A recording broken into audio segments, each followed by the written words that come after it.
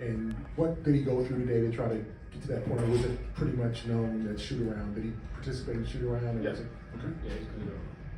And when you dig deeper into your bench, do you like the rotations that you're playing? I know you went and put Grant in game 3, produced. Will you kind of go back I mean, to I'm that? open to it if the series calls for it. I thought Grant did a great job. We had some early foul trouble and he came in and just did good for us. And so it just depends. We didn't get to as much double big in game 3 as we did in the first few games. So that's something that we might look to as well.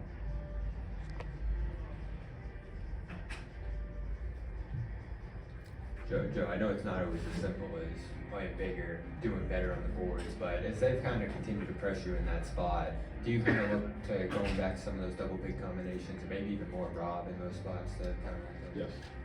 And you lose Damon mid-season down here at Georgia Tech now. Have you heard from him during this series, and what's kind of his communication been like with you guys since he left the team?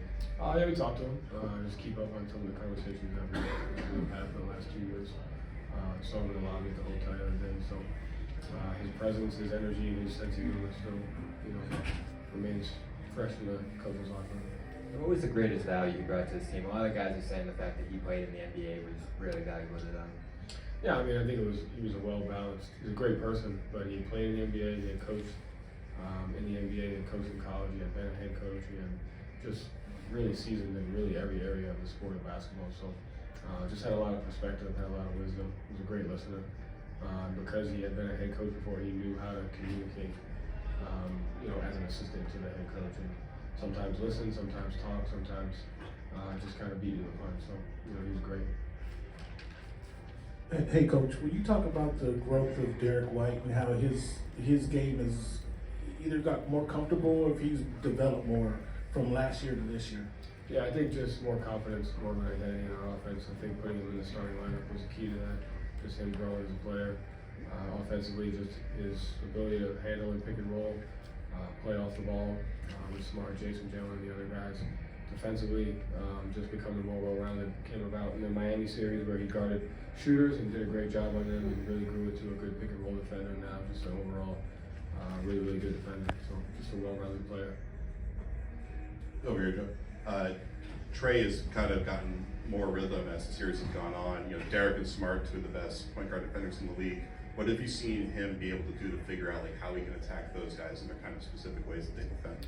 I mean, I think they did a good job last game. I know he drew a couple fouls early, which probably changed our aggressiveness towards guarding him. But I think we're making it tough on him. We're doing a decent job of keeping him off the free throw line for the most part. We know he's going to hit shots, but I think we've done a good job taking away those momentum plays that he's able to make, those loud plays that get him and his teammates going. We just have to continue that, continue to mix it up on him. A lot of the way that Derek defends is he'll kind of get on the guy's hip and just try to constantly shade them to where he wants to go. But Trey's pretty good at handling that kind of pressure, getting to his floater or trying to low man up. So how do you guys try to take a little bit more control back in an area where Trey kind of likes to operate?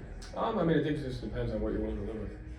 And so, depending upon the time of the game where, the floater or the pull-up two doesn't hurt you as much. And done a good job taking away some of his dynamic plays and pick and roll. And I know he had a couple more threes in isolation. So it just depends on what you're willing to live with and at the time of the game, what you feel like is a shot that you want to live with.